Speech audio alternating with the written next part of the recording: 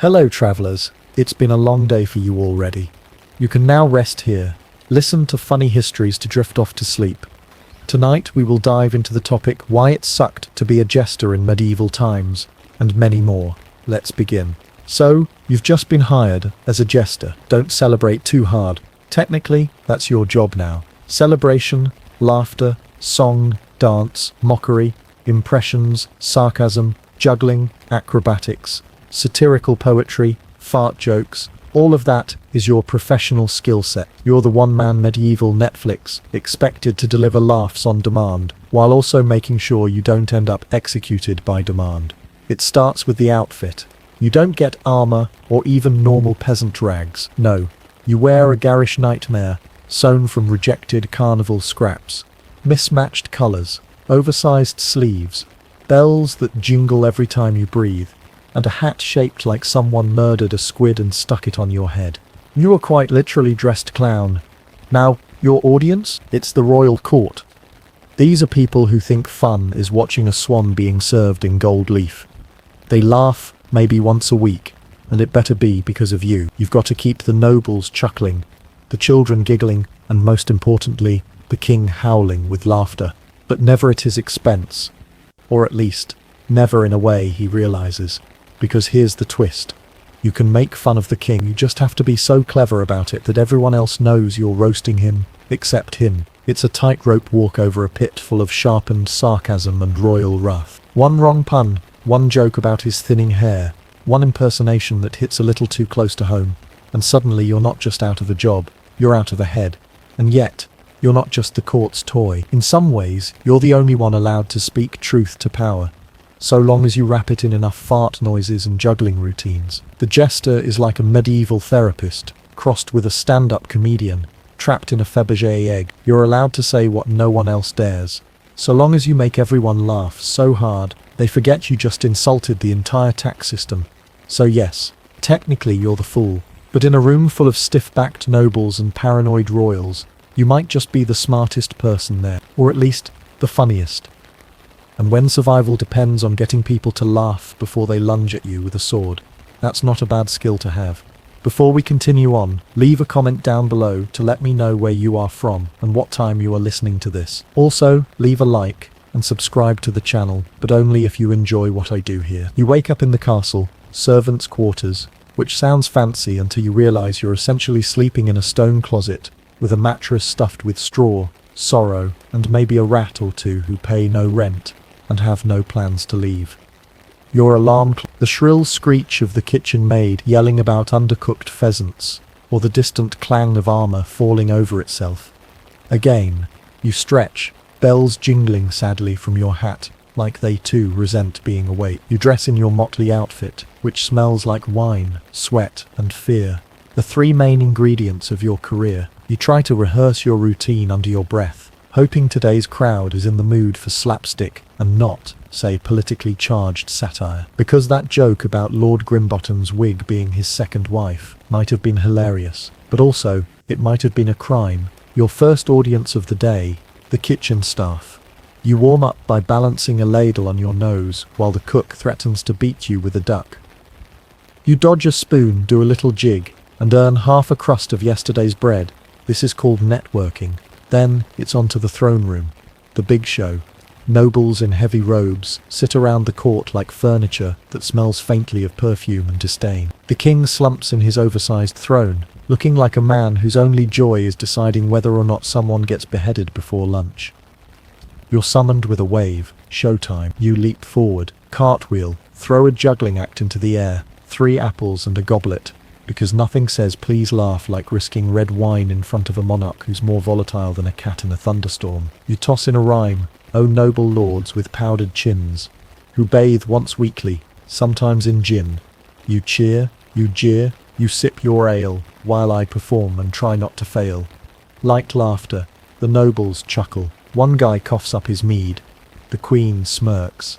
The king squints. Did he like it? Did he hate it? Is he about to throw a chicken leg or call for your head? It's honestly a mystery. The safest course of action? Somersault and land in a bow like you meant it all along. Always keep them guessing.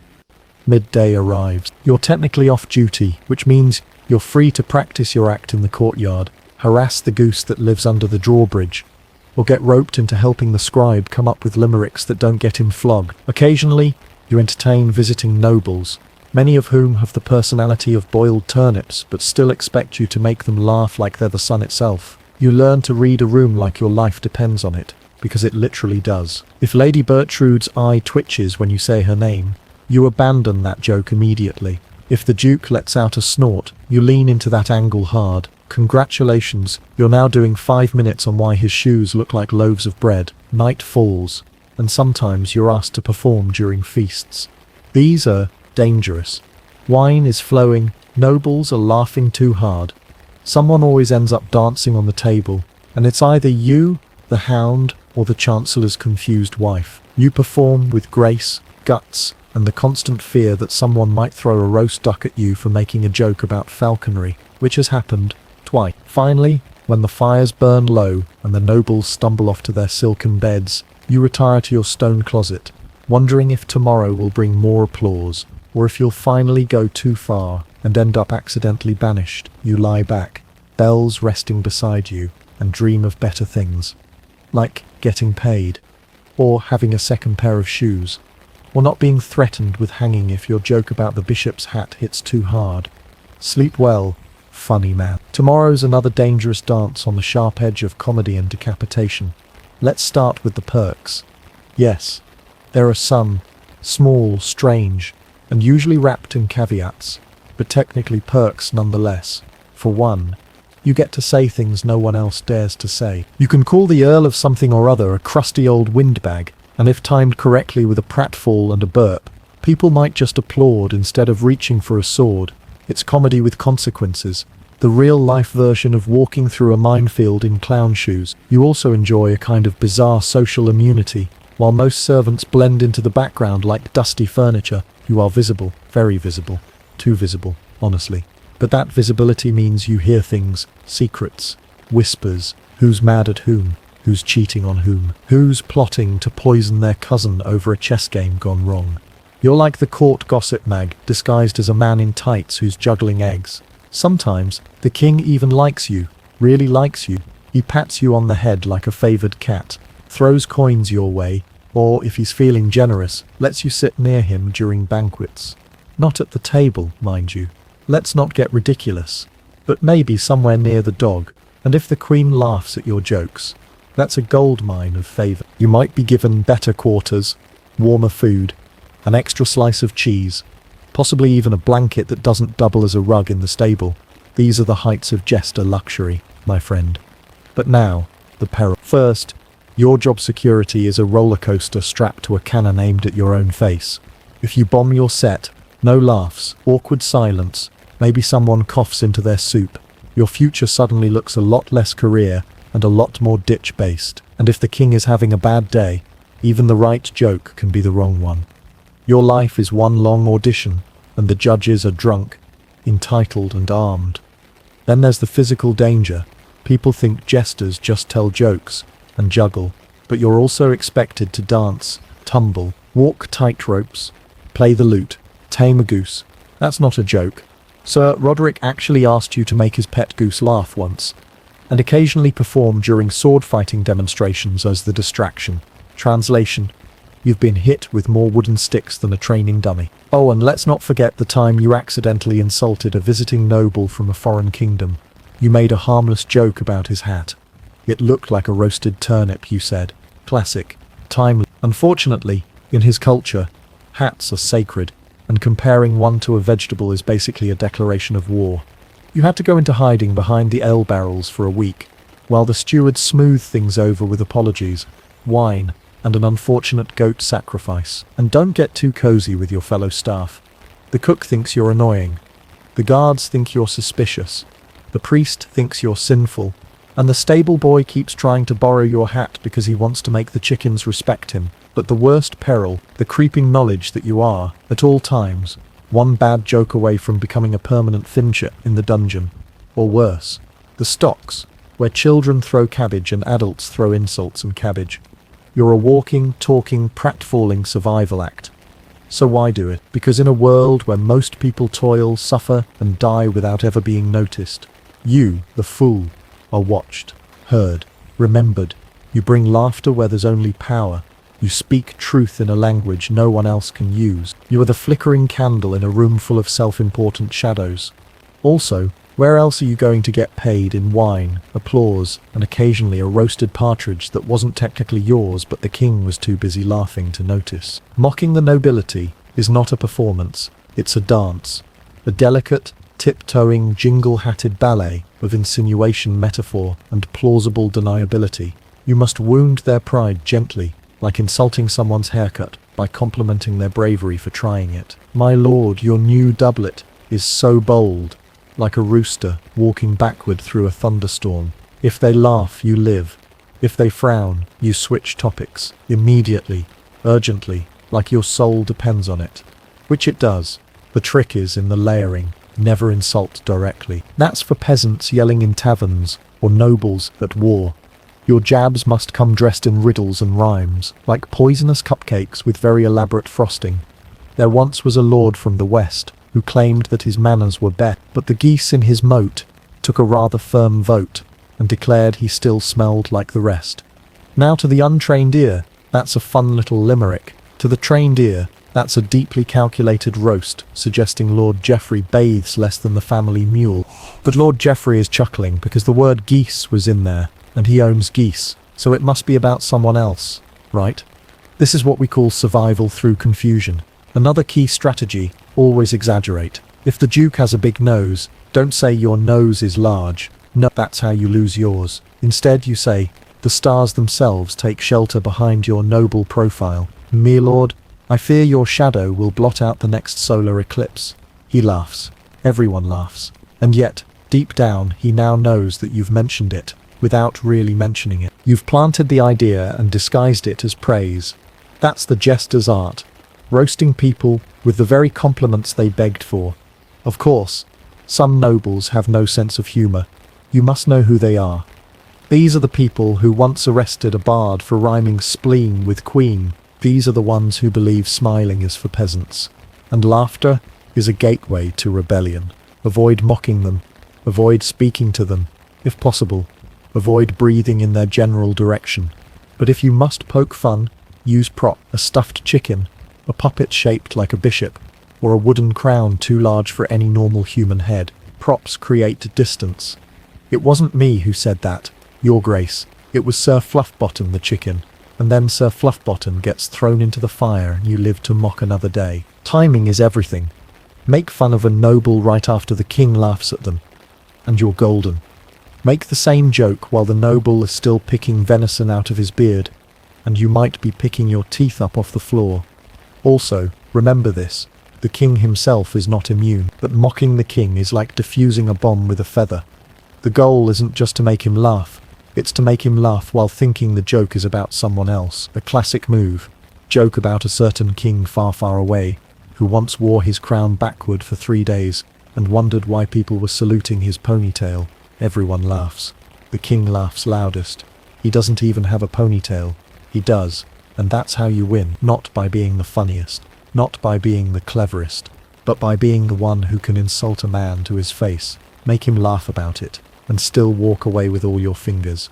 You are the noble whisperer, the dagger with a smile painted on it, the thunderstorm that jingles polite. Let's leap headfirst into fool's tools, the props, tricks, and secret weapons of the medieval jester, where your survival kit includes bells, bladder sticks, and whatever else you can convince the court was part of the act. If words are your sword, then props are your shield, and sometimes your battering ram, distraction device, and emergency escape plan. A good jester never enters a room empty-handed. You might not have armor, but you've got a squeaky pig made of sheep bladder, and that's practically the same thing. Let's start with the hat. That iconic, floppy, jingly miracle of medieval fashion. Technically it's called a fool's cap, but let's be honest, it looks like a cross between a rooster, a carton tassel, and something that escaped from a carnival. It's got bells on every corner, not just to make a joyful noise, but to warn people that chaos is approaching. You are a walking wind chime of impending nonsense. The hat is more than decoration. It's a performance piece. Need to stall for time? Pretend it's talking to you. What's that, Sir Jinglesworth? You think the Duke's mustache resembles a ferret on holiday? How dare you? The audience laughs, the Duke squints. The hat takes the fall. Next up, the bladder stick. This is, essentially, a wooden paddle with an inflated animal bladder tied to the end. You use it to bop people on the head. Why? Because blorp is a funny sound, and nobody expects to be ambushed by the digestive remains of a pig. If someone gets too uppity or serious, a gentle splat to the noggin resets the mood. Think of it as medieval slapstick, literally. Then there's the puppet, often named something like Fool Jr. or Sir Wobbleton. It's your tiny sidekick, your scapegoat, and sometimes your therapist. You let it say the things you can't or won't risk saying Now, Sir Wobbleton, don't say things like that about the bishop's eyebrows. They might be wild, but they're not feral. The puppet gets the blame. You get plausible deniability. The bishop gets confused. Everyone wins. Juggling gear is essential. Balls, knives, torches, apples, whatever the kitchen hasn't nailed down. Juggling is your all-purpose crowd pleaser. You mess up, that's part of the act. You drop an apple and pretend it's injured. Comedy gold. You balance a chicken on your head. That's lunch and a show. And if you can juggle while telling jokes and avoiding flying cabbage, congratulations, you've unlocked Advanced Fool. Sometimes your best tool is your own body. Tumbling backflips, pratfalls, fake feints, dramatic gasps. You are your own circus. You can do a somersault into a pie for laughs, or pretend to slip on a noble's robe and end up with mashed turnips on your face. It's not glamorous, but it is effective. Besides, humility is a jester's currency. And also, you've learned to land on your knees without destroying your future, mostly. And let's not forget, food props. A stale loaf of bread becomes a weapon. A sausage can double as a mustache. Cheese? Cheese is comedy gold. You once performed an entire 5-minute routine called Philosopher's Cheese, in which you debated a wedge of goat cheddar about taxes. It got you 3 laughs, 2 silver coins, and half the cheese. A win in every sense. Lastly, and this is secret jester knowledge, silence is a tool. A well-timed pause. A long, dramatic look. A single raised eyebrow while someone else's wig starts sliding off. You don't always have to speak. Sometimes the funniest thing in the room is simply noticing something and letting it hang in the air until the tension breaks like a lute string. Your tools are ridiculous, but so is the world around you, and in a court full of sharp swords and sharper tongues, you're the one armed with custard pies, chicken impressions, and a wooden duck that quacks when it shouldn't. You are chaos in bells, and they love you for it, usually. Ah, feast day, that glorious window in time when social hierarchy loosens its corset and takes a deep, fermented breath. For one shining day, maybe 2 if the ale lasts. The jester isn't just tolerated. He's celebrated, feared, adored, mildly worshipped, and very, very flammable if you stand too close to the torch dancers. Welcome to the Feast of Fools, the jester's equivalent of a victory lap, a public roast, and a high-stakes improv show, performed on stilts during a hailstorm of cabbage. You wake up to find the castle is buzzing, not with productivity, heavens no, but with confusion in costume form. The servants are wearing crowns, the lords are wearing aprons, the bishop is pretending to be a duck. You of course are wearing your usual outfit, which now somehow makes you the least ridiculous person in the room. During these festival days, the sacred law of nobody laugh at the nobility is temporarily overturned. In fact, everyone is expected to laugh at the nobility, often publicly, loudly, and preferably in rhyme. You are no longer background noise at the feast. You are the main event. You may even be crowned Lord of Misrule. A title that sounds important until you realize your responsibilities include organizing mass pillow fights, declaring that dinner must be eaten backwards, and presiding over a trial where a sausage is accused of witchcraft.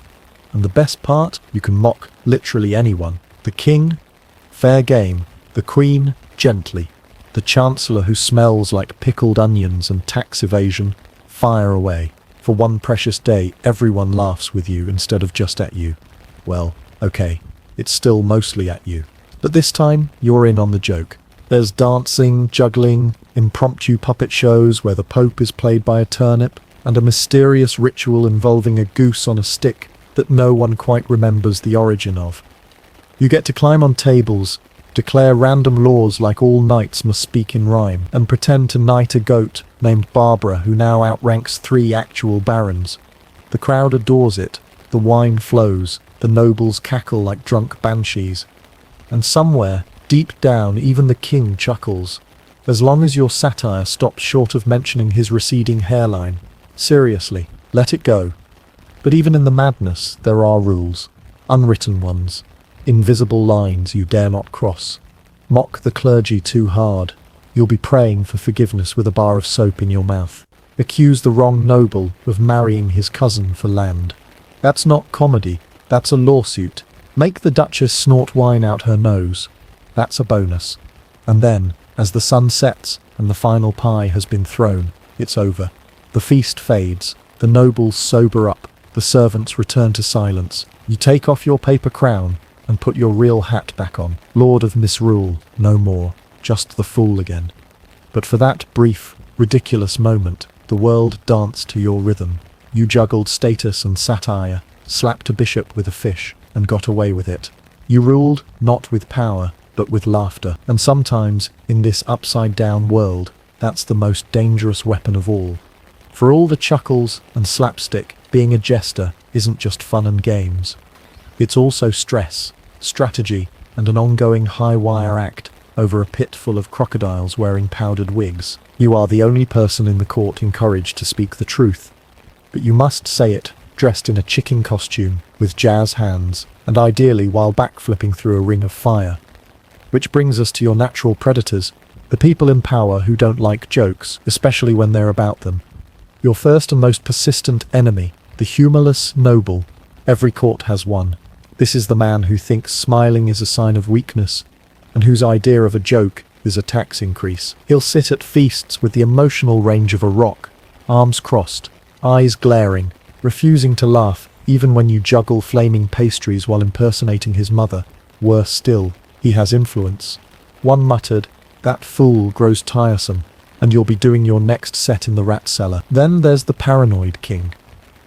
Kings come in many varieties. Merry, melancholy, mildly tipsy. But the paranoid one?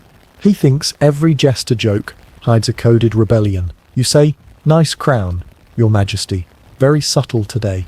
He hears, "Down with the monarchy. Long live Gerald the goat." Suddenly you're explaining to the guards why your puppet has a tiny crossbow and a manifesto. Spoiler, he doesn't. Probably. Next on the hit list, the vengeful cleric. You made one joke about how the bishop's sermons are long enough to age wine, and now half the church thinks you're in league with the devil. You get sermons with your name in them. Your puppet is accused of heresy, and you once found a tiny cross made of asparagus in your porridge. You're not saying it was a warning, but it was pointing east. Other jesters can be dangerous too, especially visiting fools from rival courts.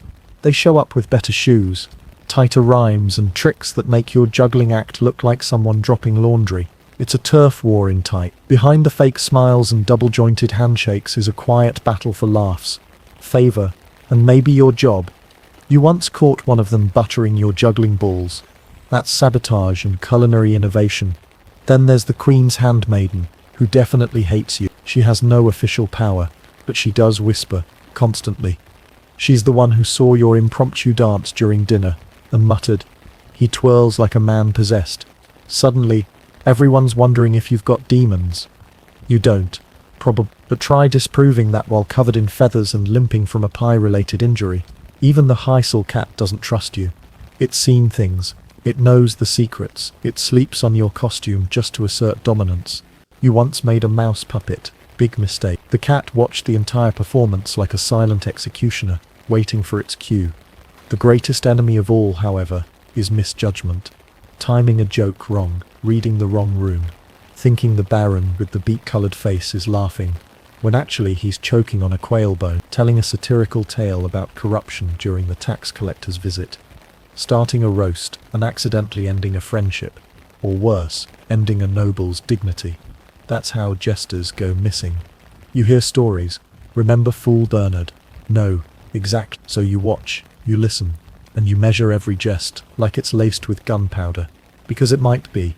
You learn to pivot mid-joke, spin insult into compliment, and exit a room with a bow so graceful no one notices you're fleeing for your life. But don't get it wrong, the danger isn't a downside. It's the thrill, the challenge.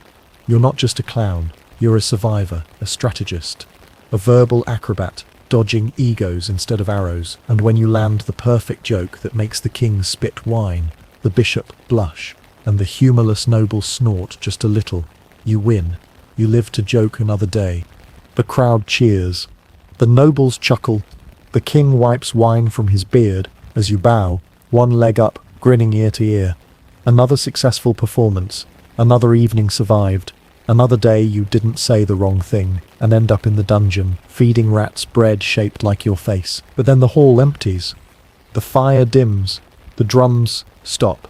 And the quiet arrives, uninvited. That's when you remember you're not just a jester, you're also just you. You return to your little room near the kitchens, warm if you don't mind the occasional midnight onion avalanche. The costume comes off, the paint is wiped away, and what's left in the mirror is someone who isn't juggling or dancing or impersonating the bishop with unsettling accuracy. It's just a person who makes everyone laugh, while rarely laughing for real, because humor, you've learned, is a kind of armor. It's colorful, jangly, distracting armor. But armor all the same. You wrap yourself in it, not just to protect yourself from the sword, but from the silence, the expectations, the loneliness that somehow feels louder than applause. Love. That's tricky. Nobles don't marry jesters, servants don't trust them, and fellow jesters? Well, they're usually either too busy trying to outrhyme you or already in a relationship with a goose they brought to life in a puppet show. Long story. Don't ask. You once fancied a lady in waiting. She laughed at all your jokes, touched your arm during the punchlines. You thought, maybe. But then she introduced you at a feast as the funny little man who smells like apples. You haven't flirted since. Apples, incidentally, became a painful trigger. Still, you find your ways. You make secret friends among the kitchen staff, the ones who slip you honey cakes because you made them laugh until they cried during lentils prep. You bond with the guards during their night shifts, playing cards and telling stories about who snores loudest in the noble wing. You even find brief, silly romances, two jesters juggling hearts between court tours, a stolen kiss in the hallway between sets, a moment of understanding in a world that mostly wants you to dance, and sometimes you sit by the window, alone, silent, and ask yourself, who am I when I'm not performing? A dangerous question, a necessary one, because laughter can hide a lot, pain, fear, longing, but it can also heal, not just for the audience, for you too. Each chuckle you summon, each smile you provoke, becomes a little rebellion against the weight of the world. Your jokes are tiny torches in a dark time. And maybe that's enough, because when you return to the hall tomorrow, bells jingling, you'll make the whole court laugh again. And somewhere deep down, maybe you'll laugh a little too. Not because it's your job, but because for a brief golden moment, you feel seen. It happens sooner than expected. One day the king is laughing, red-faced and drunk on goose wine, clapping his hands at your latest impression of the duke's scandalous haircut. The next day, there's black cloth over the windows, the air smells of incense and seriousness, and you're being asked quietly, nervously, not to juggle at the funeral procession. Apparently, mourning juggling is not a thing. And just like that, the royal court begins to shift. Power changes hands. The queen cries softly into a handkerchief. Nobles look at each other with calculation instead of grief. And you, the fool, stand awkwardly between it all, wondering if you still have a job, or if your employment died with the monarch. Some jesters aren't so lucky. When the king dies, they're dismissed, packed off with a cold meat pie and a polite pat on the head. But not you. You've been clever. You've made allies. You've amused the heir, the new king, since he was a pimply teenager who thought goose noises were the pinnacle of comedy. And now he needs comfort, familiarity, and a distraction from all the advisors arguing over what to tax next. So you stay, and you keep doing your job, though the jokes feel heavier now, laced with unspoken history. You joke about the king's gout, without mentioning the old king who also had gout. You perform puppet shows about royal heroism, without pointing out who's missing from the curtain call. And when the court laughs, It's different. Less boisterous. More nervous. Like everyone's trying to laugh their way through grief and hoping no one notices the tears in their sleeves. That's when you realize you've become more than a performer. You're a living memory. You remember what made the old king laugh. You remember the secret feuds, the ridiculous fads. Remember the summer of ceremonial cheese hats, the scandals whispered behind velvet curtain. You know who tripped during a coronation, who fainted at a skrill, and who once got stuck in a barrel during a surprise party. You are walking, joking history, and history likes to talk. Years pass. The new king gets older, more serious. He still chuckles, but it's quieter now. There are whispers of rebellion, debates about war. The court changes again. New faces, new politics, new hairstyles. Worse, somehow. But you're still there, bell hats slightly frayed, still telling stories, still making people laugh. And when they don't laugh, you remind them. Remember the time the old king thought the bishop was a statue and tried to light a candle on his head? Chuckles, snorts, relief. You are the pressure valve of memory. And eventually, you become the legend. A generation grows up calling you the eternal fool. Some say you were blessed by forest spirits. Others whisper you once saved the kingdom with a joke so funny it stopped a war. Not entirely true, but it was a very good pun. Children imitate your dance in the courtyards. New scribes write about you in the margins of royal records. Today, Fool Tom made a very accurate impression of Lord Alric's eyebrows. Tremendous morale boost. And when your time finally comes, old bones, fading breath, costume patched with more hope than fabric, you leave behind more than laughter.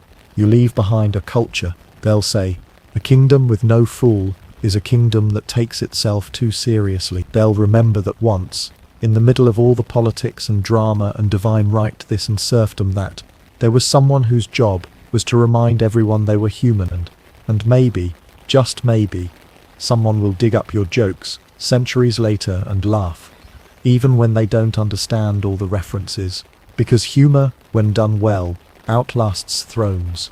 It survives the silence of tomb, and it finds new breath in every chuckle it inspires, long after the fool is gone. The stage lights dim, the courtiers have gone to their chambers, the torches gutter low, and the castle grows quiet, except for one last echo, the jingling bells of the fool's hat fading into the night. You stand alone in the great hall, still clad in your patchwork coat of every colour, under the sun, the very colours that once made nobles wonder if they'd accidentally hired a walking rainbow or a distracted parrot. The laughter has gone silent, but you know it's still there in the stones, the tapestries, the shadows. You take a deep breath, savouring the scent of wax, spilled wine and old parchment. You think about the times you made the king snort, the queen giggle behind her fan, and even the humourless noble crack a reluctant smile, brief as a shooting star. Your role was never just to amuse.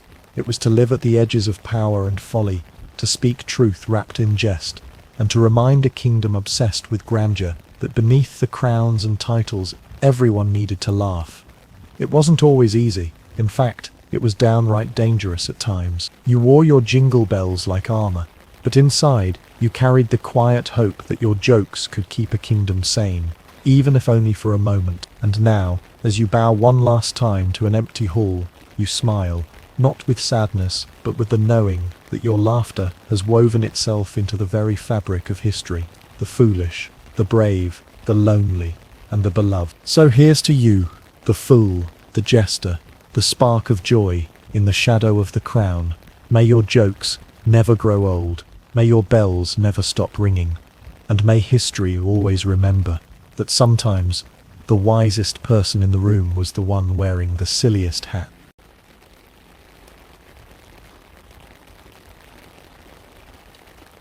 Leonardo da Vinci, the ultimate Renaissance polymath, part genius, part mystery, and part guy who probably forgot where he put his paintbrush while sketching. Flying machines, centuries before airplanes were cool. You think multitasking is hard? Imagine being a painter, sculptor, engineer, anatomist, architect, inventor, musician, writer, and maybe even a secret chef all at the same time, without Google, YouTube tutorials, or even a decent espresso machine to keep you awake. Welcome to the life of Leonardo da Vinci, the guy who invented the concept of jack of all trades, master of most centuries before it was a thing. Born in 1452 in a sleepy Italian town called Vinci. Yes, the guy's last name literally means from Vinci. Talk about branding. Leonardo was the kind of kid who probably got in trouble for sketching the class cat instead of paying attention. But don't be fooled, this wasn't just doodling for fun.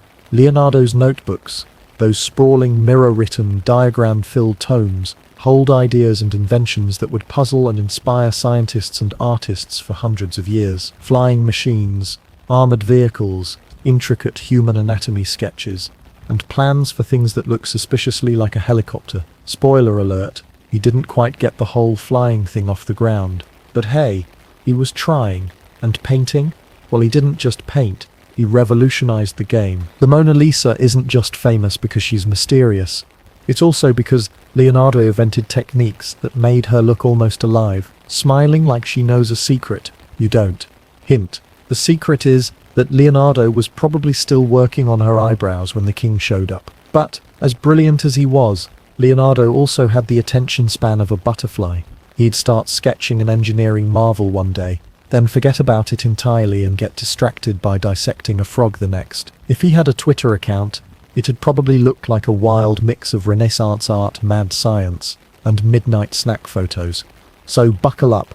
We're about to dive into the life of a man who couldn't decide if he wanted to be an artist or a scientist, so he decided to be both. And then, before he was changing the world one brushstroke, or backwards notebook scribble at a time, Leonardo was just a curious, possibly slightly muddy kid running around the Tuscan countryside. Born out of wedlock in 1452 to a notary named Piero and a peasant girl named Caterina, Leonardo didn't get the typical nobleman's start in life, which meant no titles, no inheritance, and absolutely no pressure to become a boring lawyer like his dad. Instead, little Leonardo spent his early years poking frogs with sticks, staring at clouds like they were telling secrets, and drawing everything in sight.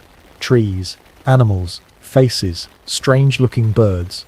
If it moved or stood still long enough, Leonardo probably tried to capture it on parchment. And if parchment wasn't available, well, some historians suggest he might have drawn in the dirt, or on walls, or probably on his own arm. He was that kid. He didn't get much formal education. In fact, he barely learned Latin, which at the time was like skipping out on learning Wi-Fi today. But what he lacked in grammar drills and theology lessons, he made up for in raw, unfiltered curiosity. Nature was his school, and his teachers were bugs, birds, and the occasional thunderstorm. Eventually, his dad realized, okay, my son's not cut out for notary work, but look at this drawing of a dragon he made with smoke coming out of its nose and a guy screaming in the background. Maybe he's got potential. So off Leonardo went to Florence, the beating heart of Renaissance art, philosophy, and egos big enough to have their own postal codes.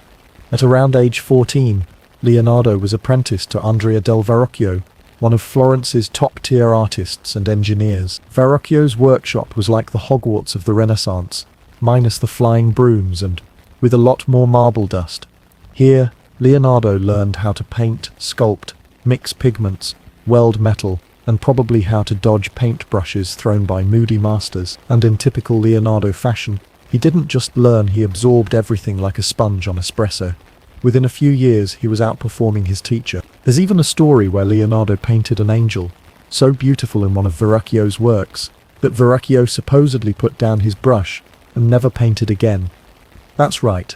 Leonardo was so good he made other artists retire out of pure existential crisis. But Leonardo wasn't interested in just being good at painting. No, he was fascinated by everything. How light moved, how water swirled, how the human body bent and broke and healed.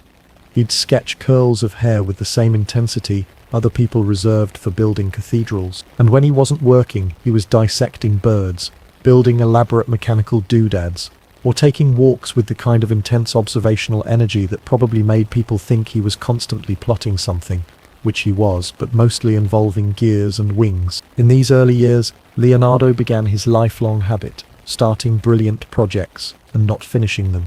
Don't worry, this becomes a running theme. But when he did finish something, it was pure magic. By the time his teenage years ended, Leonardo wasn't just a promising apprentice, he was already a legend in the making.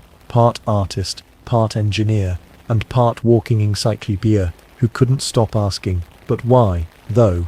So now, you're Leonardo da Vinci. You've outshone your teacher, wowed the Florentine art world, and can probably sketch a hyper-realistic eyeball while blindfolded. The logical next step: get commissions, get patrons, get to work. And by get to work, we mean spend the next few decades starting incredible projects and finishing, well, some of them. Let's start with his paintings. If Leonardo had a motto, it would have been something like, why finish a painting in 6 months when you can overthink it for 16 years? He wasn't lazy, far from it. He was a perfectionist on a spiritual level, the kind of artist who'd repaint the same eyelash over and over because it didn't quite capture the mood of a Tuesday afternoon in spring. Take the Adoration of the Magi, for example. Big commission, complex scene, Virgin Mary, baby Jesus, wise men, camels, architecture, angels, the works. He got started, and then, boom, decided he needed to leave Florence to work elsewhere. Painting? Abandoned. Detail work? Not even close. Camels? Still in rough draft. Leonardo was like that friend who borrows your book, reads 3 pages, and then suddenly decides to build a bookshelf instead. But when he did finish something like The Last Supper, the world just sat back and collectively said, well, okay, that was worth it. Painted on the wall of a monastery in Milan, The Last Supper was a revelation. Instead of stiff saintly figures, all looking mildly uninterested in dinner, Leonardo gave us drama, humanity, betrayal, Baroque levels of hand gesture. He captured the very second users drops the bombshell. One of you will betray me, and everyone reacts like he just announced he deleted the group chat. But of course, being Leonardo, he couldn't just paint it. No, he decided to experiment with a new painting technique that unfortunately began flaking off the wall approximately 2 minutes after he finished. Today, parts of The Last Supper are basically surviving out of sheer spite. And then there was the horse. Oh, commissioned by the Duke of Milan to build the largest equestrian statue the world had ever seen. Leonardo threw himself into the project with his usual gusto. He designed it down to the muscles, tendons, and veins. He even studied actual horses so closely they probably started filing complaints. After years of sketches, calculations, and probably a fair amount of dramatic sighing, Leonardo finally built a massive clay model that was, and this is true, 24 feet tall. It was a masterpiece, the Renaissance superhorse. And then the French invaded. They took over Milan, used Leonardo's giant clay horse for target practice, and just like that, one of the most ambitious sculptures in history was turned into a very artistic pile of rubble. Leonardo, understandably, was not thrilled. He didn't scream. He probably just took a long walk in a field, stared at some birds, and got distracted by thinking about helicopter designs again. But all of this, the delays, the drama, the unfinished masterpieces, it wasn't laziness, it was Leonardo's brain. He wasn't wired for linear progress. His mind was like 1,000 racing horses running in different directions, one thinking about how to paint the perfect eyelid, one designing a water pump, and one dissecting frogs in the back room. He didn't just want to paint things, he wanted to understand them.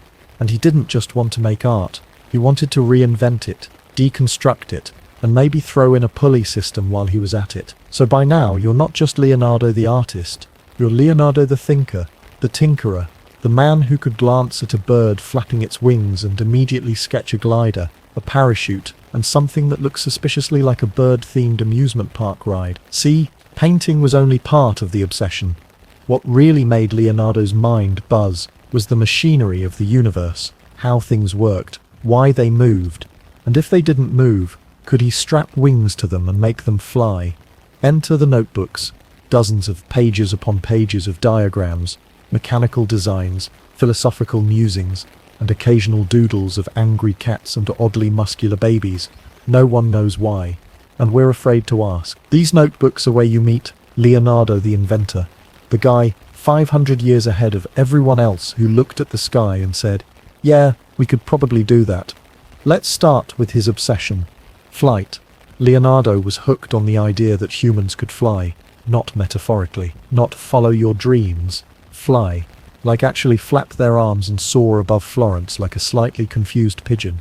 He studied birds, bats, the curve of feathers, the way air flowed over wings. Then he sketched a design called the ornithopter, which sounds like something a steampunk villain would fly, but was really a man-powered flapping machine with giant canvas wings and leather straps. Now, let's be honest, if someone actually built this thing and jumped off a cliff, they'd probably land with the grace of a sack of potatoes. But Leonardo wasn't wrong in theory.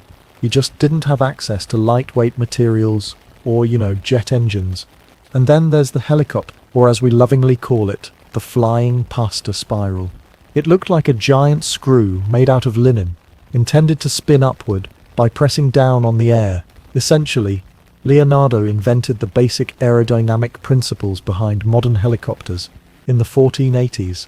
While everyone else was trying to survive the plague and argue about theology, Leonardo was like, yes, but what if up? Of course it never flew. Like most of his inventions, it stayed in the sketchbook stage, which is honestly for the best. Because if he had managed to take off, he'd probably crash into a monastery roof and get excommunicated for sorcery. But he didn't just invent things for the skies, he also had war machines. Now, Leonardo was a pacifist at heart. He hated violence, so naturally he applied for military engineering jobs with a portfolio full of terrifying death machines. His resume to the Duke of Milan was essentially, "Dear Sir, I abhor war, but here's a design for a tank, a bridge that builds itself, and a cannon that could wake up France." And yes, he designed a tank. A circular, domed monster bristling with cannons and powered by men running on cranks inside, like a giant armored hamster wheel. Again, brilliant in concept, completely ridiculous in execution. If you actually tried to drive it, you'd spin in circles until the enemy died of confusion. He also dreamed up scuba gear for sneaky underwater attacks, giant crossbows taller than a house, a machine for polishing mirrors, and even a mechanical knight that could sit up, wave its arms, and probably scare the pants off anyone who wasn't expecting it. Basically, Leonardo invented robots before robots existed. But here's the twist. Most of these machines were never built in his lifetime. They stayed on paper, little time capsules of genius, just waiting for a future generation to say, wait a second, didn't Da Vinci draw this 500 years ago? So why didn't Leonardo build them all? Or just a mix of things. Some designs weren't practical with the materials of his time. Others were just experiments, ideas he played with, then set aside like a distracted wizard. And some, well, maybe he didn't want them built. Maybe the man who sketched death machines also knew how dangerous they could be. That's Leonardo. Equal parts dreamer and realist, mad genius and thoughtful pacifist. And always thinking 5 centuries ahead. At some point in your life as Leonardo, you start to realize that painting isn't enough. In fact, drawing anything, a hand, a smile, a person praying under soft candlelight, doesn't feel complete unless you know what's going on under the surface. You don't just want to draw a leg, you want to know which tendons lift the knee, how the muscles stretch, and whether the soul gets sore calves after walking uphill. Which means, of course, it's time to do some light, Renaissance-era dissection. Now in the 1400s, slicing open corpses was frowned upon. Like, definitely don't do this unless you enjoy the smell of prison levels of frowned upon. But Leonardo? He didn't care. He wanted to know how the body worked, how it really worked, and no second-hand medieval anatomy scroll was going to cut it. So what did he do? He found bodies. We're not going to ask too many questions about where or how. But one thing's for sure, in cold stone rooms lit only by flickering candlelight, Leonardo da Vinci peeled back the skin of the human form and studied what lay beneath. He sketched veins, tendons, internal organs, not as grim curiosities, but with the delicate care of someone drawing divinity. His drawings of the spine alone are more beautiful than most wedding invitations. He dissected over 30 human corpses in his lifetime. Old men, women, even children, making him less like your average Renaissance artist and more like a very elegant, slightly obsessive forensic pathologist with a flair for dramatic shading. And his notes. Not just pictures. Full-on commentary. He wrote things like, "The small intestine is 23 feet long, and its job appears to be endless suffering." Okay, not word for word, but that's the tone. His heart diagrams are so accurate. Modern medical textbooks still nod respectfully at them, despite the fact that he had no access to X-rays, microscopes, or even basic soap. But Leonardo didn't stop at humans. Oh no, he turned his gaze toward animals, plants, weather, and geology. The man couldn't go outside for 5 minutes without wanting to sketch the anatomy of a squirrel, diagram a tulip, or map the flight path of a bee. He drew the motion of water as it curled around rocks. He watched clouds form, and wondered what made thunder roar. Somewhere in his notes, you'll even find a pretty convincing theory of how fossils end up in mountain ranges, centuries before geology was even a thing. Basically, he was trying to understand everything. The blood in your veins, the roots under a tree, the way your eyeball processes light. He wanted to know the entire machine of the world, from the gears of the body to the clockwork of the sky. And then, draw it all in beautiful labeled penmanship. And here's the kicker. Most of this wasn't for glory. These weren't public lectures or grand scientific treatises. These were private obsessions. He didn't even publish most of his findings. He just kept scribbling, sketching, and quietly solving half the mysteries of life, while other people were busy inventing new ways to die of the common cold. In another life, Leonardo might have been the first Nobel laureate, the founding father of biology, or the world's first TED Talk presenter, who also happened to paint the most famous smile in history. But in this life, he was just him, endlessly curious, restlessly brilliant, slightly covered in ink. Ah yes, La Gioconda, the woman, the myth, the icon, the most scrutinized smirk in the history of art.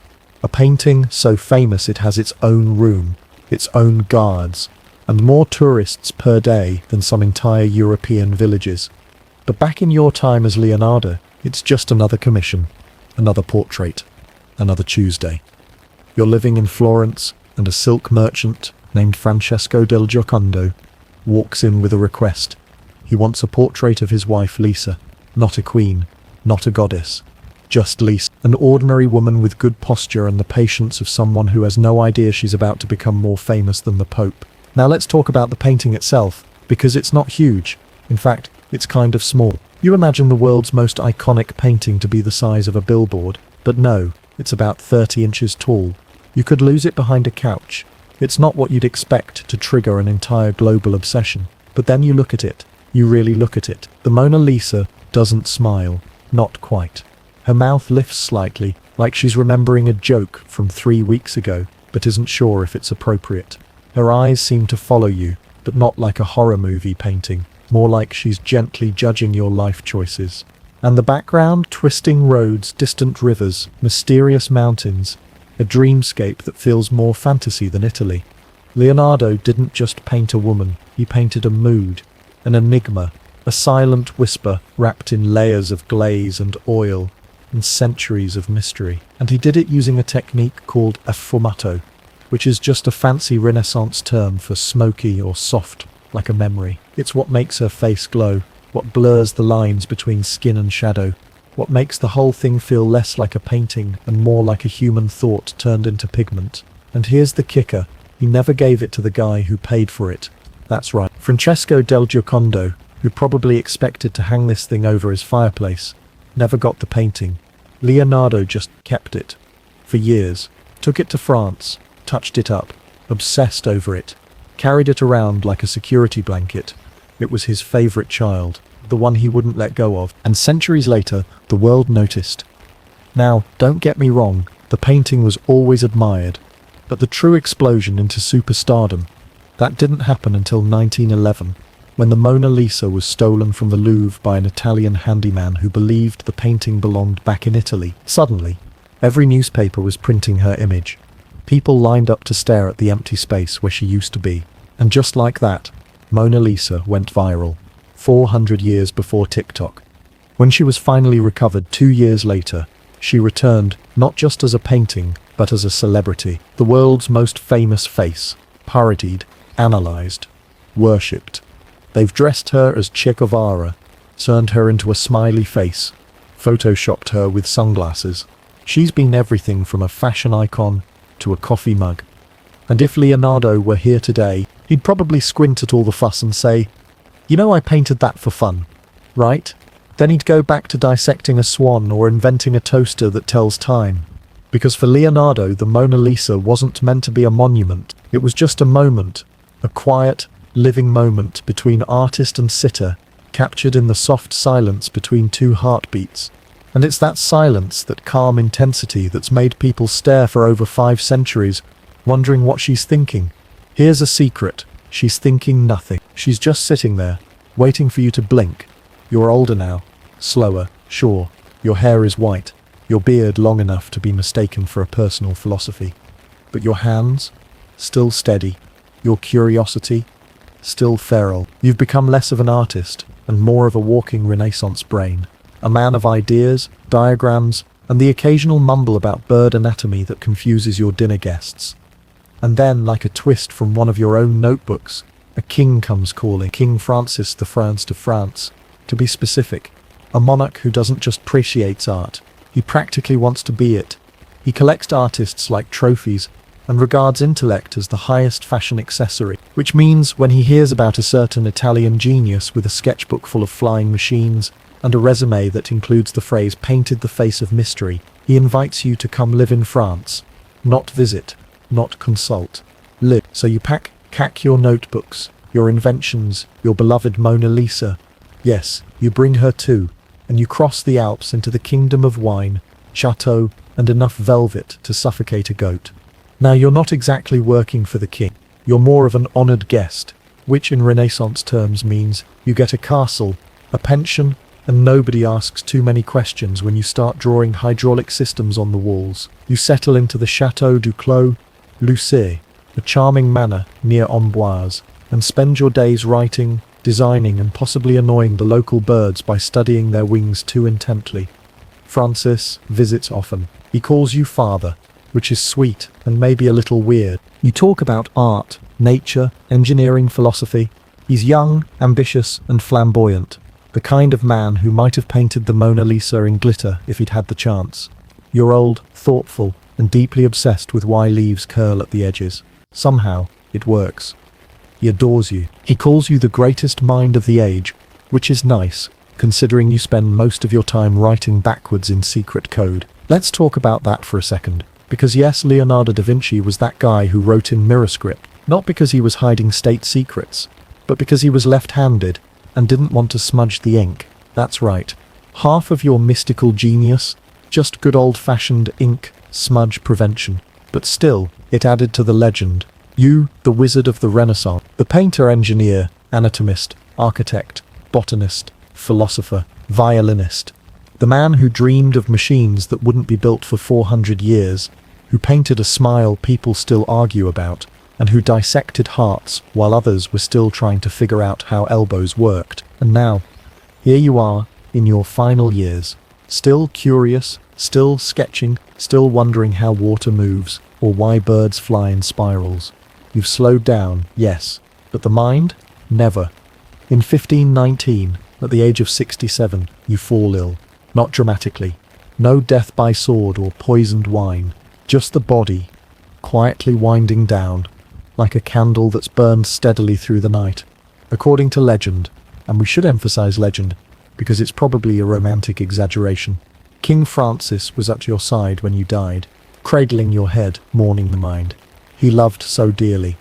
Whether or not that's true, one thing is, when you passed, you left behind thousands of pages of notes, sketches, and ideas so advanced that even today, scholars read them and say, wait, he figured that out in... You didn't just leave behind paintings, you left behind a way of thinking, curious, creative, endlessly inquisitive, a philosophy that said the world was meant to be studied, sketched, wondered about, a belief that everything from the flap of a bird's wing to the smile of a woman had something to teach. You were Leonardo da Vinci, and your life was a masterpiece in progress. Let's be honest, Leonardo da Vinci wasn't just ahead of his time. He was so far ahead that his time looked at him and said, what are you even doing? Because yes, he painted The Last Supper and Mona Lisa, sure, but let's get into the stuff you didn't learn in school, the weird, the delightful, slightly chaotic energy that made Da Vinci the kind of man who'd dissect a corpse in the morning, sketch a helicopter at lunch, and then spend the evening designing a mechanical lion that could walk and spit flowers. Yes, that's a real thing. He built a robot lion that walked across a room and spat out lilies when it reached the king. That's not a metaphor. That's just Tuesday when you're Leonardo. Let's break this down. He wrote over 13,000 pages of notes, and most of them look like a cross between a genius's notebook and the ramblings of someone who's trying to invent everything at once. One page might have a flying machine, the next, a perfect recipe for hair dye, then a war tank, then a new way to dig canals, then a doodle of a cat with nice whiskers written beside it. This man invented the aerial screw, which is basically a Renaissance prototype for a helicopter. He designed a scuba suit for sneaking into enemy harbors, complete with breathing tubes and a pouch for urine, because even underwater sabotage requires planning. And he had, let's say, quirks. He loved animals, like really loved animal. He was a vegetarian, rare in the 15th century, and is said to have bought caged birds just to release them, because he couldn't stand seeing them trapped. He hated war but designed some of the most terrifying weapons of his time: giant crossbows, spiky armored vehicles, massive cannons. He was basically the Renaissance version of I hate violence. But hypothetically, if we attached a flamethrower to a chariot, he was obsessed with water. He studied how it flowed, how it eroded rock, how it carried sound. He wrote more about rivers than most geologists do today. If Leonardo had Instagram, it would just be 900 time-lapses of streams with captions like, "Observe the spiral." But perhaps the greatest Da Vinci fact of all, he finished almost nothing. The Mona Lisa took him 4 years, and even then he never considered it done. The Last Supper, painted directly onto a wall using an experimental technique that started flaking off within a decade. The flying machine, never built. The war inventions, never used. The thousands of blueprints, mostly untested. He started dozens of paintings, dozens of projects, and completed only a fraction. And yet, the world still calls him a genius. Because sometimes, the point isn't finishing the race.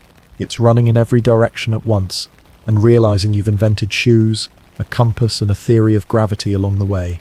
Leonardo didn't fit in a box. He didn't even believe in boxes. He was a painter who hated finishing paintings. A scientist without a degree, an engineer with no formal training, a man who, when bored, designed bridges, musical instruments, water lifts, irrigation systems, siege weapons, and hairstyles. In a world where you were expected to pick one lane and stay there, he said, "No thanks," and built his own highway, with flying machines, and a robot lion. So next time you see the Mona Lisa, and wonder why she's smirking, here's a theory. She knows the man who painted her once spent 3 weeks trying to figure out how to fold a napkin into the shape of a horse, and somehow succeeded. And that brings us to the end of your life as Leonardo da Vinci. Inventor, thinker, daydreamer, a man so extraordinary, we're still catching up.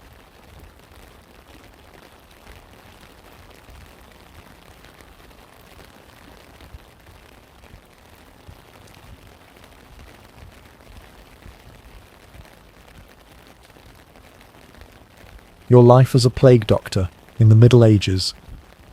You wake up coughing, not a great start.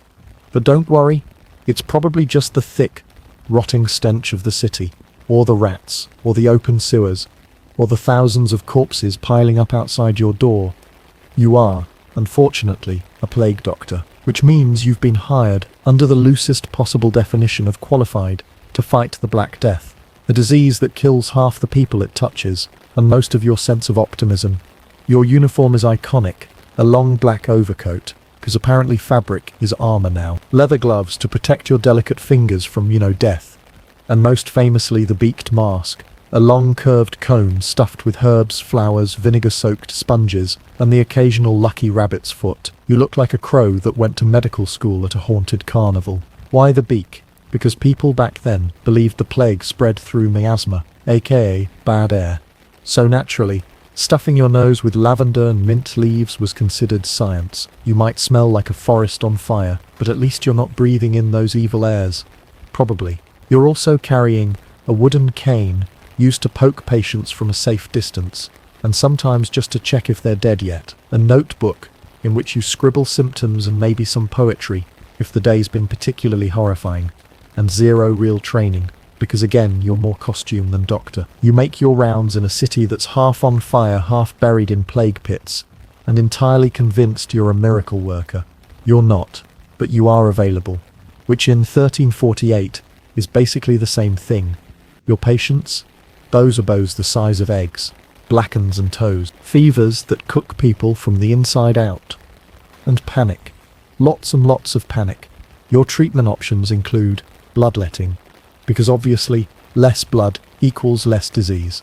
Leech therapy, because nothing says healing like being bitten by a worm with teeth. Rubbing onions, herbs, or crushed emeralds onto the wounds.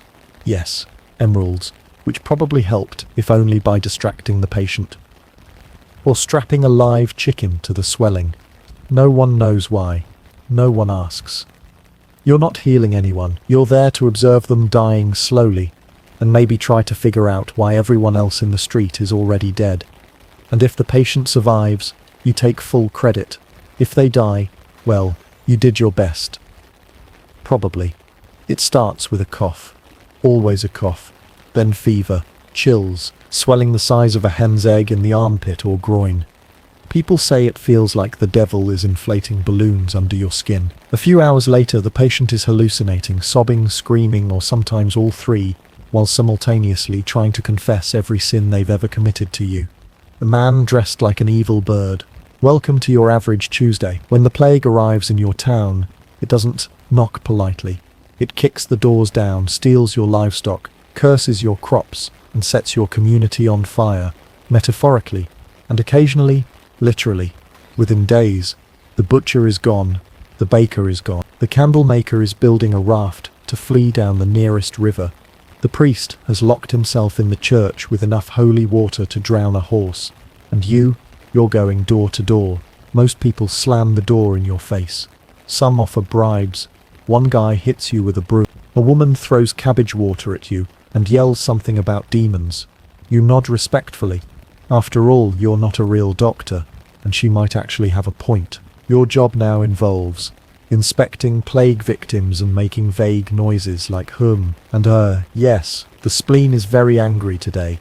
Writing down symptoms in Latin. You only know 12 Latin words, but you make them work. Delivering grim updates to families like, I'm afraid your son has the death, while trying to not vomit into your mask. Occasionally helping carry corpses to plague pits, because apparently everyone's job is your job now. Oh, and let's not forget the quarantine orders. You might have to nail shut the doors of entire households. Not metaphorically, with literal boards and nails, from the outside, while the family inside begs you not to. You try not to think about it. You try not to hear them. You just hammer. Some towns have started lighting plague fires in the streets, tossing herbs and spices into them to clean the air. Congratulations, your neighborhood now smells like roasted thyme and despair. People walk around with posies in their pockets, clove oranges, or just straight up burning sticks, trying to ward off death with smells. Others beat themselves with whips in public to atone for the sins that surely caused this hell. A few accuse you of witchcraft. You don't blame them. You do look like a villain in a puppet show. Meanwhile, the rats are thriving. You've named one of them Gregory. He's cleaner than most of your patients, and more emotionally supportive. As the death toll climbs, the city gets quieter. No more bustling markets.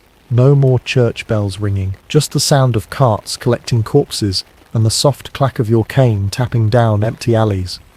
This is your life now. You are not a healer. You are a witness. And yet, people still come to you. They still hope. They still beg. And you keep showing up. Because even in the darkest days, someone has to wear the beak and pretend to know what they're doing. Now that you're firmly entrenched in plague doctor life, it's time to talk about the actual medicine, or what passed for it in the 14th century. Spoiler alert, it's a wild ride. First off, there's no antibiotics, no vaccines, no magic potions that actually work. The best you've got are herbs and guesswork. Your beak is stuffed with things like lavender, rosemary, and sometimes myrrh, because nothing says I'm a doctor like smelling like a walking flower shop. Next up is bloodletting, a favorite cure for everything from headaches to, well, literally the plague.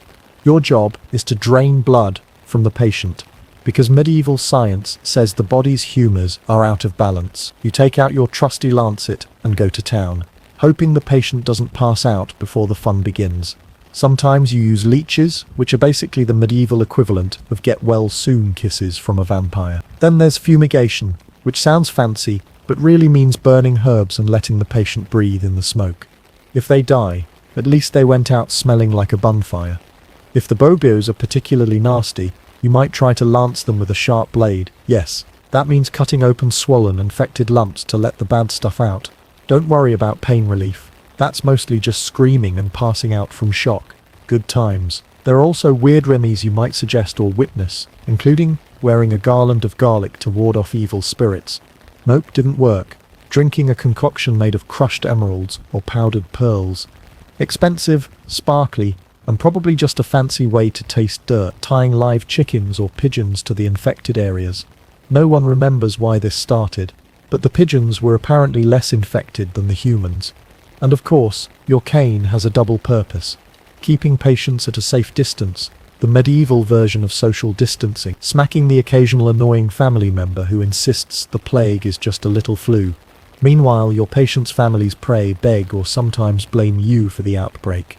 After all, you're the one wearing the creepy mask and wandering the streets. You try to smile under the beak, which is impossible, and remind yourself you're doing your best. The truth, you're a glorified lucky charm, a walking talisman against death, armed with nothing but herbs, a stick, and sheer stubbornness. The plague kills relentlessly, but at least you get to be part of the weirdest medical tradition in history. Being a plague doctor isn't just about costumes and weird medicines. If you want to actually survive, you need more than just a beaked mask and a cane. You need a mix of superstition, street smarts, and let's be honest, dumb luck. First off, never touch your face. Not even to scratch that itchy nose under the beak, because if the plague is spread by air, or worse, by touch, your hands are the enemy. You become an expert at awkwardly pointing and gesturing, even when you really just want to wipe sweat off your forehead. You also carry a small pouch of dried herbs, often called a pomander. It's your personal perfume against the bad air. People see you walking around and think, wow, he smells like a medieval spa.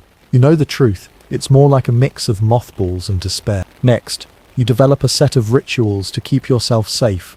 You might burn incense before entering a house, hoping to cleanse the evil spirits. You might sprinkle holy water on yourself, and sometimes on your patients, if they're still conscious enough to appreciate it. You might perform quick prayers to saints, or invoke protection spells your grandmother taught you. Because hey, every little bit helps.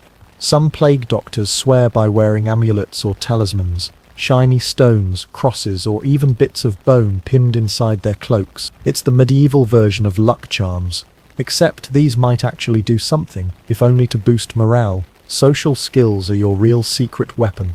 You learn to read a room or a plague-infested room like a master. You know when to crack a joke, when to keep your mouth shut, and when to make a swift exit before someone collapses in front of you. Speaking of exits, you always have an escape route planned, narrow alleys, secret staircases, or just a quick sprint down the street if things get too gross. Because sometimes, despite all your precautions, you'll find yourself face to face with death, and it doesn't always wait politely. And yes, many plague doctors do catch the disease. Some survive, becoming local legends. Others become cautionary tales, whispered in hushed tones by terrified townsfolk. You learn quickly that the biggest survival skill isn't medicine. It's psychological armor. You can't afford to be squeamish, scared, or faint-hearted. You have to be tough enough to carry corpses one day, joke with nobles the next, and face the abyss every time you step outside. Because when you're a plague doctor, you're not just fighting a disease, you're fighting fear itself. You might think that after centuries of being a walking symbol of death and despair, plague doctors would quietly fade into the dusty pages of history. Nope. Turns out, the creepy beaked mask and black cloak have enjoyed a second life, and it's pretty wild. Fast forward to today, and the plague doctor is everywhere. Comic books, horror movies, masquerade balls, even video games where players wield plague doctor staffs and cast mysterious healing spells. Who knew your grim, herb-stuffed beak would become a Halloween favorite? In fact, the image is so iconic that it's almost become cute in a twisted way. People dress up as plague doctors at festivals, posing for selfies like, "Look at me! I'm a medieval doctor who literally couldn't save anyone." Spoiler. They didn't have Instagram, or they might not have been so cheerful. Artists have turned the plague doctor into a symbol of mystery and resilience. a dark guardian standing between life and death, cloaked in shadow, but strangely captivating. Merchandise? Oh, it's everywhere. T-shirts, masks, figurines, even collectible Funko Pops. If you could monetize despair and bad smells, you'd be rich. But there's also a serious side to the legacy. The Plague Doctor reminds us of the limits of human knowledge, of how far medicine has come, and how fragile life can be. It's a symbol of the fear, the suffering, and yes, the weird creativity that people unleashed to try and survive an unimaginable crisis. And let's not forget, behind every terrifying mask was a real person, scared but stubbornly showing up day after day to face death. Someone who probably had terrible jokes, a questionable fashion sense, and zero idea what they were really doing, but who still fought to keep a flicker of hope alive. So next time you see a Plague Doctor costume, remember, beneath that creepy beak was a human being trying their best in a world gone mad. And honestly, that's kind of beautiful. Let's dive into a day in the life of a Plague Doctor, where we walk through your average, absolutely horrific, often bizarre routine as the local medieval disease wrangler. The rooster crows. You wake up, not so much rested as alive, which is the bar now. Congratulations, you've survived another night of medieval air quality, terrifying dreams, and maybe the sound of a rat chewing on something it absolutely should not. You roll out of your straw-filled mattress, careful not to trip over your boots or your cane. The town is already awake with the sounds of carts rolling by, bells ringing, and the occasional scream. Normal stuff. You dress with care. Thick coat, check. Gloves? Check. That horrifying beak mask stuffed with rosemary and regrets. Double check. You look like a cross between a carnival attraction and an apocalypse priest. And somehow, this is your best look. Morning rounds begin with a short walk through the city. It smells like a mixture of wood smoke, open sewage, and something worse you can't describe. You pass by boarded-up homes, black X marks painted on doors to warn others not to enter. You're headed to those homes. Your first patient is already dead. You write that down on your wax tablet, which functions as both a medical record and a guilt journal. You scribble something like deceased, symptoms, buboes, fever, being incredibly unlucky. Next, you visit someone who's still breathing. You don't touch them. Remember the rule. But you stand nearby, ask a few questions if they can talk, and maybe prescribe a tincture of vinegar and rose petals. Not because it works, but because it sounds slightly better than there's nothing we can do. By midday, you've seen 7 patients, pronounced 3 dead, dodged 1 angry dog, and accepted a chicken as payment.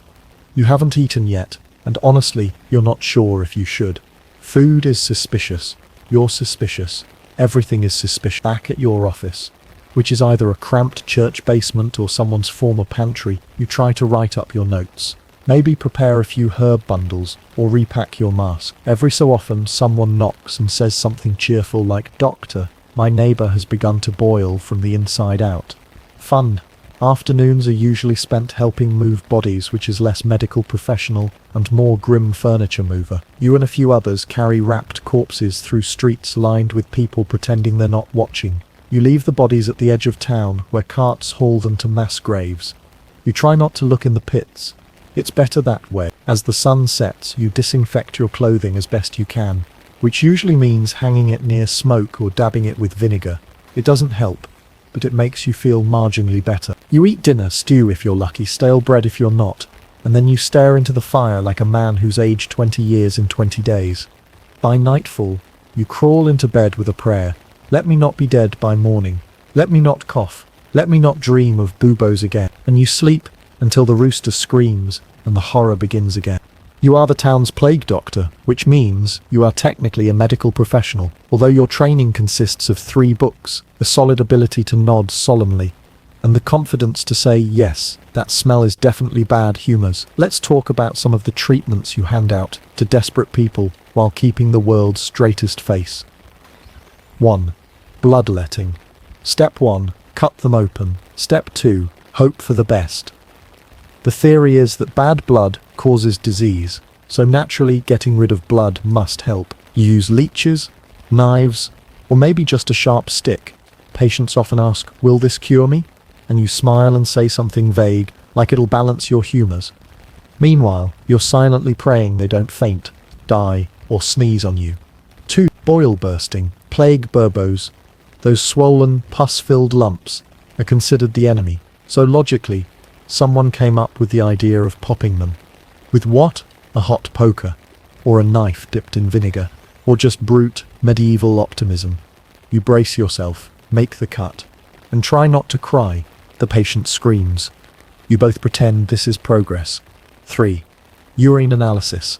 You keep a vial of someone's urine on your desk like it's perfume. You swirl it, sniff it, hold it up to the light. You have no idea what you're looking for, but the color seems important. And if it's cloudy, you nod as if it confirms something you already suspected. You then advise the patient to eat fewer onions. This feels like science. 4. Applying paste to sores. There's a recipe passed around by doctors that includes things like dried marigolds, goose fat, and occasionally crushed emeralds. You smear it on plague sores and call it a salve. Does it work? Absolutely not. But it smells slightly better than the patient, so everyone feels mildly improved. 5. Carrying or burning special herbs. You hand out herb bundles like you're running a medieval essential oil stand. Lavender, calming, mint, cleansing, wormwood, spicy death deterrent. People wave them around like they're fencing ghosts. Some burn the herbs in their homes, others shove them up their noses. You do both, because the scent of boiling flesh is now permanently embedded in your soul. 6. Rubbing a live chicken on the burbie. Yes, you read that right, a chicken. The theory is that the disease will transfer from human to bird. You place the chicken on a patient's armpit, and wait. Sometimes the bird dies. Sometimes the patient dies. Sometimes both. You nod sagely and say, "Ah, the chicken absorbed too much poison." The family believes you. Try not to make eye contact with the chicken. 7. Sound therapy, aka loud bells and church chants. It's believed that loud noises can drive out evil spirits, so you encourage churches to ring bells constantly. Towns sound like they're celebrating the world's worst wedding. Monks chant in Latin. Someone bangs a pot near a window. You agree enthusiastically. After all, shouting into chaos is basically your whole job. Behind every prescription and every ritual, there's one constant. You don't actually know if any of this works, but you also know people need something, a ritual, a routine, even a ridiculous treatment, because fear is worse than fever. If you can give them a moment of peace, however strange, that's a form of healing too, even if it involves poultry. In theory, you're a hero, a brave soul, walking into the heart of the pestilence, facing down death, armed only with your beaked mask, a cane, and blind optimism. In practice, you're somewhere between holy man, walking omen, and please don't come near my house. Let's break down your reputation in town. The fear factor. You show up, and people suddenly get very quiet. Mothers pull their children away, market stalls clear. People pretend they've just remembered something very important in the other direction. You look like a nightmare in a bird costume, and your presence usually means someone nearby is about to start oozing. Some think your outfit is the disease. After all, you're dressed in head-to-toe black, with a face that looks like a raven lost a bet. There's a rumor that if you make eye contact with someone for too long, they'll drop dead in 3 days. You don't correct it. Honestly, it's a useful myth during plague season, and when someone tries to shortchange you at the bakery, the respect, kind of. At the same time, people need you. You're the one who knocks on the door and doesn't flinch at the smell. You write down names. You know who's sick, who's dead, and who's just really dramatic.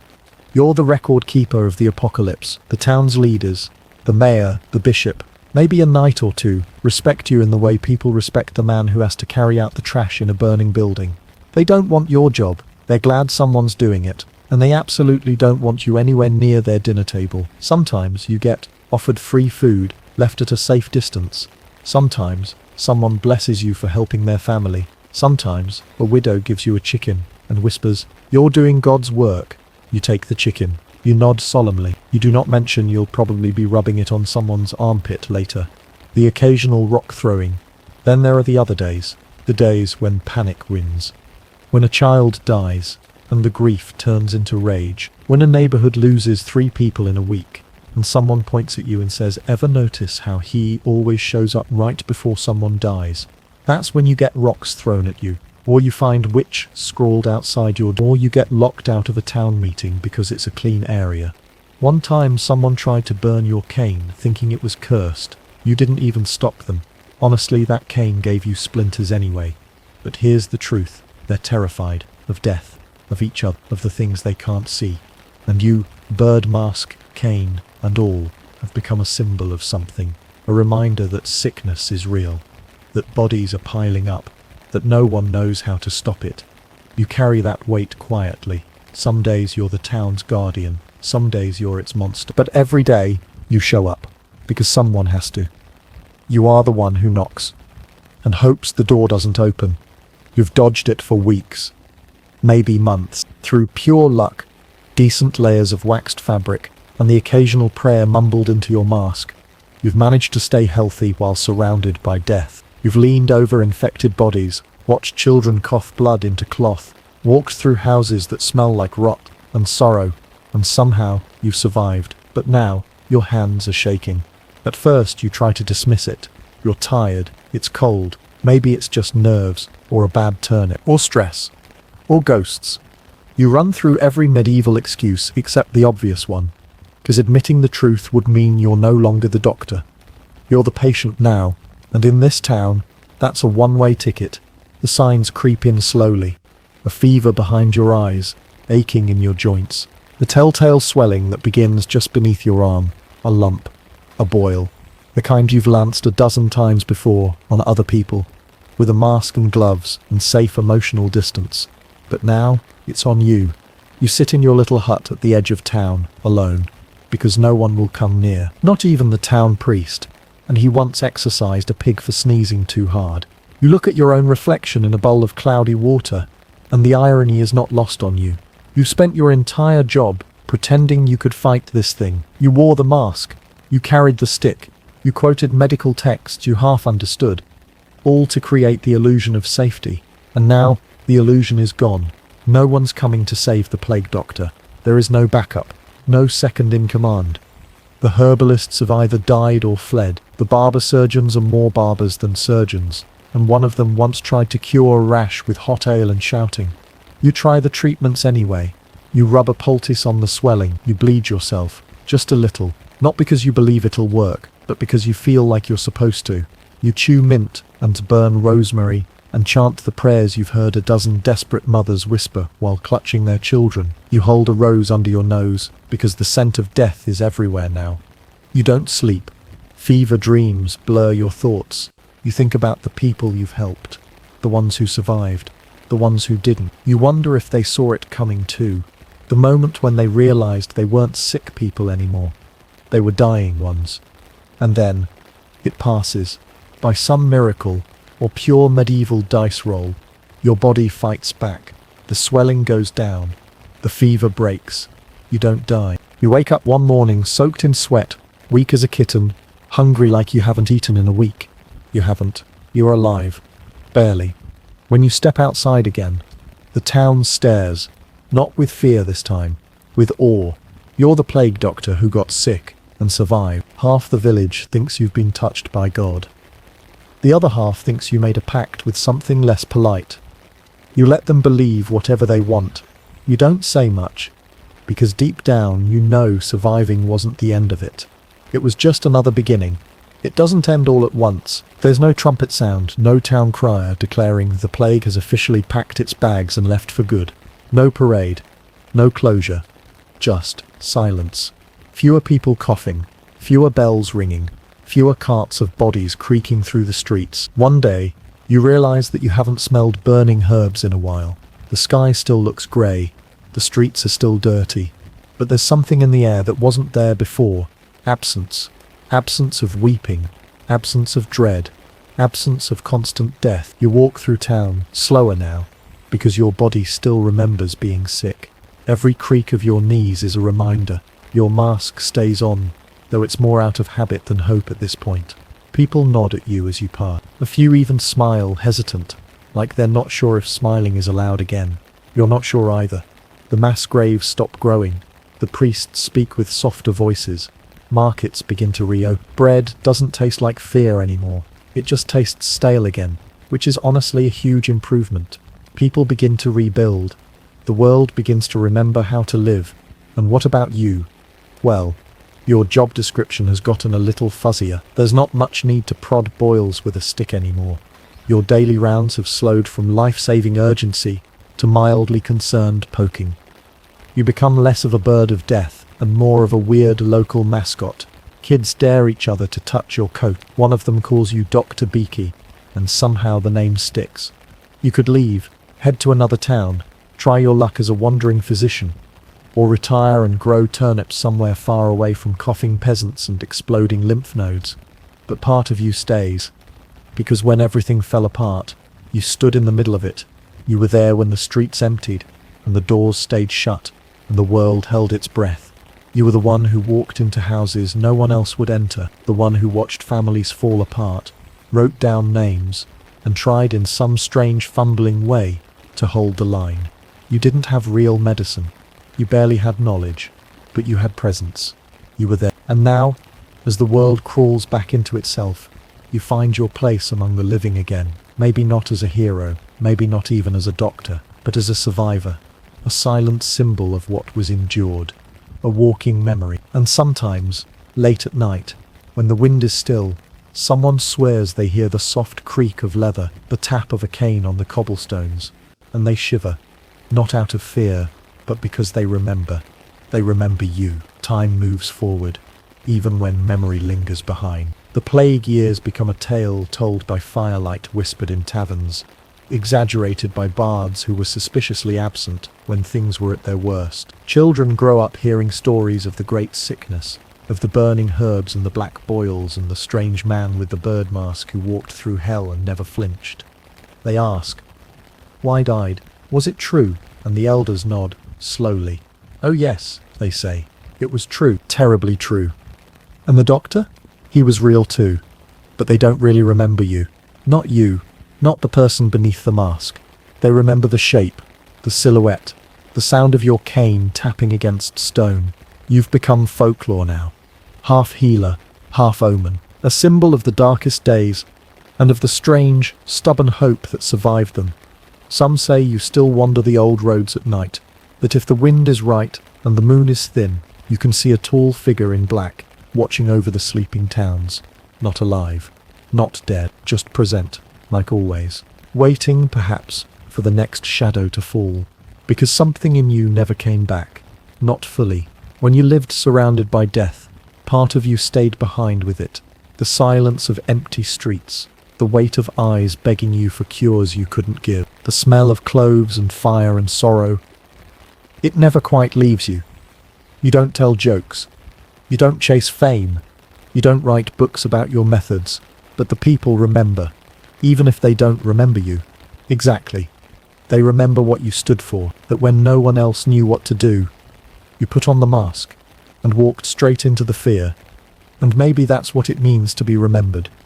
Not as a name in a history book, but as the echo of courage in a time of chaos, as the shape in the smoke that said, I don't know how to fix this, but I won't look away.